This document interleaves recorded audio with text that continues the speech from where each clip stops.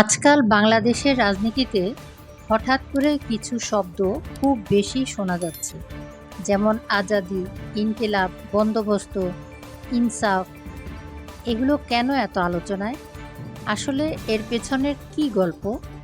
আজ আমরা জানব বিবিসি বাংলার একটা রিপোর্ট থেকে। Source BBC news Bangla, link ডিসক্রিপশনে।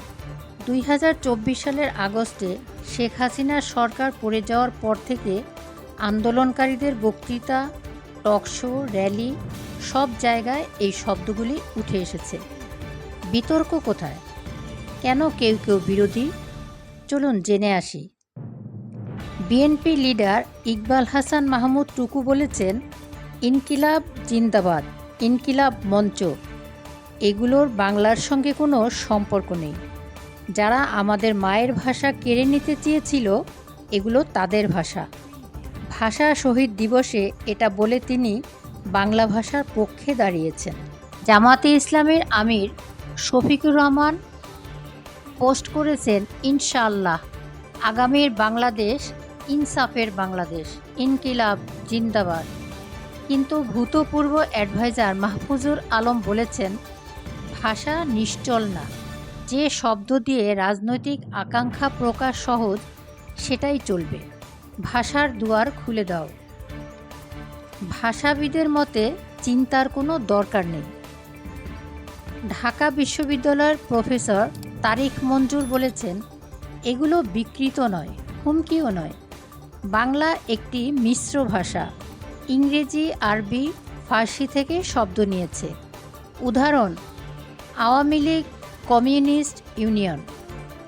ডিজিটাল মিডিয়ায় বিদেশি শব্দ আটকানো যায় না। আসল হুমকি ইংরেজদের আধিপত্যে। জাহাঙ্গীরনগর বিশ্ববিদ্যালয়ের প্রফেসর অনিরুদ্ধ কাহেলি বলেছেন, ভাষা নদীর মতো প্রবাহিত, সময় বলবে কোন শব্দ থাকবে। রাজনীতি ভাষার ব্যবহার হলে বিভাজন হতে পারে, কিন্তু ভাষা মানুষের হৃদয়ে বেঁচে থাকে, জোর করে পরিবর্তন হয় না। এই শব্দগুলি শুধু শব্দ নয়, এর পেছনে লুকিয়ে আছে 24-এর গণ অভ্যুত্থানের স্পিরিট। এটা আমাদের ভাষা, সংস্কৃতি এবং রাজনীতির মিলন বিন্দু। যদি তুমি বাংলা ভাষার প্রেমী বা রাজনৈতিক অ্যাক্টিভিস্ট হও, তাহলে এটা নিয়ে ডিবেট করো। কি মনে হয়, এগুলো কি বাংলাকে সমৃদ্ধ করছে নাকি বিকৃত? কমেন্টে জানাও, শেয়ার করো, ট্যাগ করো ফ্রেন্ডদের।